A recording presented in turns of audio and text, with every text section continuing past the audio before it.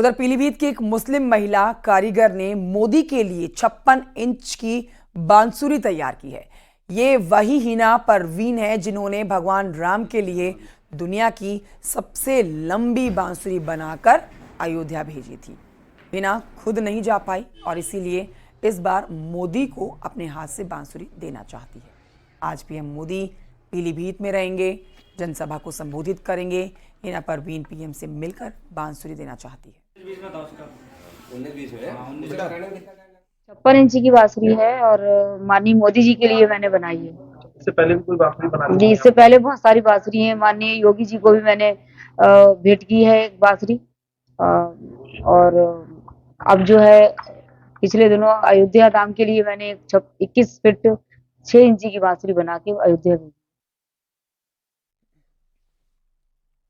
मुख्यमंत्री योगी आदित्यनाथ तूफानी चुनाव प्रचार कर रहे हैं। आज भी मुख्यमंत्री 3 जगहों पर जनसभा को संबोधित करने वाले हैं। सबसे पहले आपको बताते हैं, सीएम पीलीभीत में पीएम मोदी के साथ आपको मंच पर नजर आएंगे। पीलीभीत के बाद सीएम योगी रामपुर जाएंगे, वहां राठौड़ा में जनसभा को संबोधित करेंगे। रामपुर के बाद सीएम योगी हापुड़ जाएंगे। हापुड़ में बीजेपी प्रत्याशी के समर्थन के लिए आज रैली करने जा रहे हैं सीएम योगी। आज मुख्यमंत्री योगी आदित्यनाथ की भी ताबड़तोड़ 3 जनसभाएं हैं। सबसे पहले पीएम मोदी के साथ मंच पर आपको नजर आएंगे, जहां पीएम मोदी से बोलने से पहले मुख्यमंत्री योगी आदित्यनाथ पीलीभीत वासियों को संबोधित करेंगे। तो हर दिन का लक्ष्य 3 जिलों को कवर करने का, 3 जिलों में जनसभाएं करने का और अपने लक्ष्य को साधते हुए मुख्यमंत्री योगी आदित्यनाथ आज भी 3 जिलों के दौरे पर रहेंगे।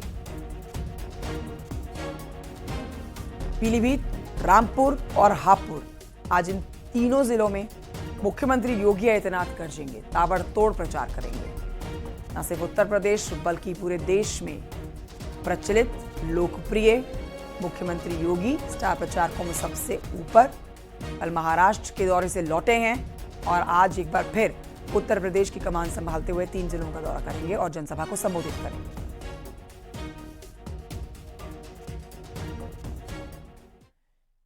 रायबरेली में केंद्रीय मंत्री स्मृति ईरानी ने राहुल गांधी पर बड़ा प्रहार किया।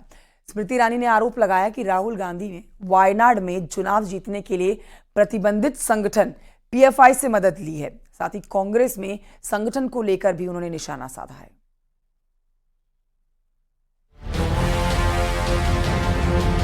फिर एक बार मोदी सरकार और अब की बार वो दक्षिण भारत को अलग कर देंगे।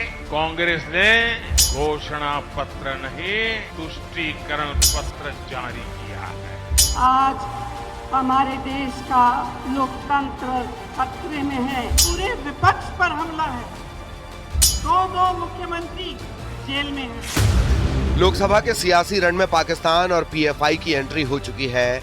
रायबरेली पहुंची केंद्रीय मंत्री स्मृति ईरानी ने राहुल गांधी पर निशाना साधा है। उन्होंने आरोप लगाया कि राहुल गांधी वायनाड में चुनाव जीतने के लिए प्रतिबंधित संगठन पीएफआई से मदद ले रहे हैं। कांग्रेस के एक नेता ने वायनाड में ये घोषणा की कि राहुल गांधी ने वायनाड इसलिए चुनी क्योंकि उनको लगता है, राहुल गांधी का कहना है कि वायनाड के लोग ज्यादा वफादार हैं। तो अमेठी की वफा का क्या, जिन्होंने 15 साल एक ऐसे सांसद को ढोया जिसने अमेठी के लिए कुछ नहीं किया, कि वायनाड में अपना चुनाव लड़ने के लिए राहुल गांधी ने आतंकवादी संगठन पीएफआई का समर्थन लिया। पीएफआई के संदर्भ में जब चार्जशीट आप पढ़ेंगे तो आप जानेंगे पीएफआई के आतंकी संगठन ने हर जिले में कितने हिंदुओं को मारना है उसकी लिस्ट बनाई है। स्मृति ईरानी ने कहा कि राहुल गांधी पीएफआई आतंकी संगठन पर प्रतिबंध के बावजूद भी पीएफआई के राजनीतिक नेतृत्व से समर्थन ले रहे हैं। प्रत्येक उम्मीदवार को अपना नामांकन दाखिल करने से पहले भारतीय संविधान के प्रति निष्ठा की शपथ लेनी पड़ती है। राहुल गांधी चुनाव के लिए पीएफआई के राजनीतिक नेतृत्व से समर्थन लेकर भारतीय संविधान की शपथ को झुठला चुके हैं। राहुल गांधी और स्मृति ईरानी की टक्कर रायबरेली के साथ ही वायनाड में भी देखने को मिली। स्मृति ईरानी अक्सर कई मंचों से राहुल गांधी को घेरते हुए नजर आ चुकी हैं। स्मृति ईरानी ने कहा कि मुझे जानकारी है कि अमेठी से गांधी परिवार के लोग ही चुनाव लड़ने जा रहे हैं, लेकिन कांग्रेस खुद राहुल गांधी को साइडलाइन करना चाह रही है। मैं जानती हूं और कांग्रेस के कई नेताओं ने अब जग जाहिर किया है कि कांग्रेस में अंदरूनी कलह है। कांग्रेस में एक खेमा ऐसा है जो चाहता है कि राहुल गांधी को नेतृत्व से मुक्त किया जाए और एक महिला नेत्री को कांग्रेस की कमान दी जाए।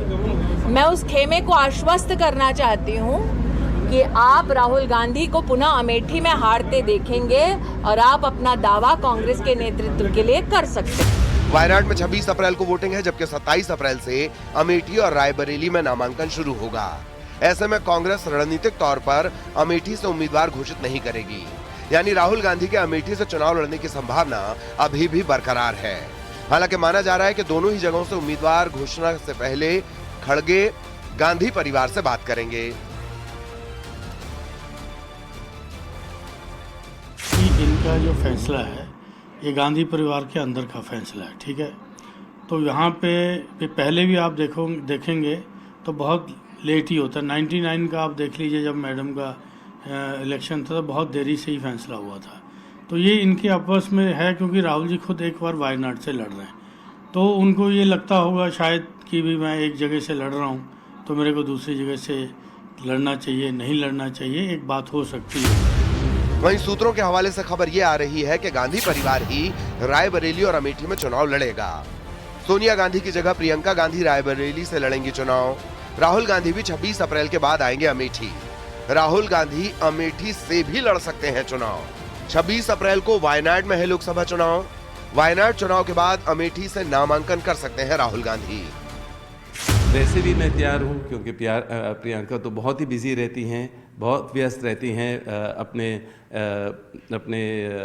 राहुल के साथ और अपने माताजी के साथ और लोगों के बीच में और लोगों की मुश्किलें में। तो मैं वैसे भी उनसे बहुत कम मिलता हूँ और ज़रूर अगर मेरे परिवार ने, प्रियंका के परिवार ने अपने प्यारों को खोया देश के लिए, तो मुझे भी मेरा फ़र्ज़ बनता है कि मैं लोगों के बीच में रहूं। एक तरफ जहां अमेठी से सांसद और केंद्रीय मंत्री स्मृति ईरानी अमेठी ही नहीं वायनाड में चुनावी रैली कर चुकी हैं, वहीं अमेठी और रायबरेली में अब तक गांधी परिवार की ओर से चुनाव प्रचार शुरू नहीं हुआ है। ऐसे में माना जा रहा है कि कांग्रेस अमेठी और रायबरेली से कांग्रेस उम्मीदवार घोषित करने की जल्दी में नहीं है। वायनाड की वोटिंग के बाद ही कांग्रेस अमेठी और रायबरेली में अपना उम्मीदवार घोषित करेगी।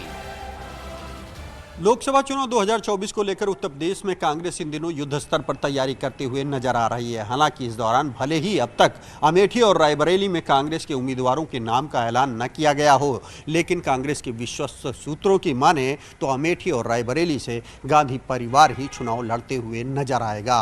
प्रियंका गांधी जहां रायबरेली से चुनाव लड़ेंगी, तो वायनाड में चुनाव हो जाने के बाद राहुल गांधी एक बार फिर अमेठी से नामांकन कर स्मृति ईरानी के खिलाफ ताल ठोकते हुए नजर आएंगे। Bureau report, news 18।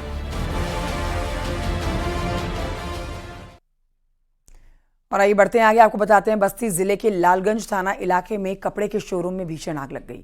आग इतनी भयावह थी कि लाखों का सामान जलकर खाक हो गया। आग लगने की सूचना मिलते ही दमकल की 6 गाड़ियां मौके पर पहुंची। तस्वीरें भी आपको देर रात की दिखा रहे हैं। स्थानीय लोगों की मदद से भी घंटों मशक्कत के बाद आग पर काबू पाया जा सका। आग लग चुकी है, बहुत भयानक।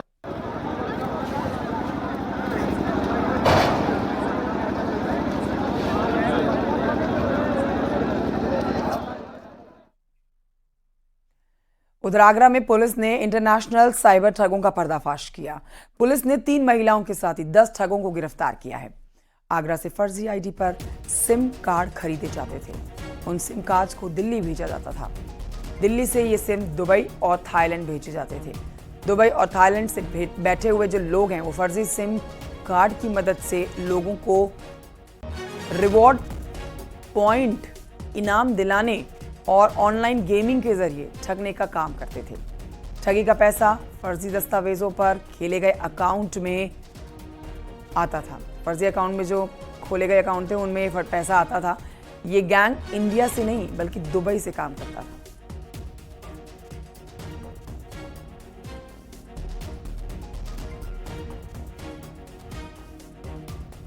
पास से है वो 420 सिम कार्ड है activated, 7 mobile, 4 motorcycle, 2 passport, 7 QR code, 8 bank passbook, 45 chequebook, 54 ATM card और 4 पॉस मशीन। ये इनके पास से बरामद किया गया। ट्रांजेक्शन वगैरह कुछ मालूम पड़ा कितने का लगभग? ये काफ़ी बड़ा क्राइम का मामला है, इसको हम लोग एनालाइज कर रहे हैं और संभवतः इससे और भी लोग जुड़े हुए मिलेंगे। अभी तक हम लोगों ने टोटल 29 लोग आइडेंटिफाई कर लिए और भी ये फैला हो सकता है, तो पूरा इसकी जानकारी की जाए। सिम तो देखिए इनका हैक करके ही लोग करते थे,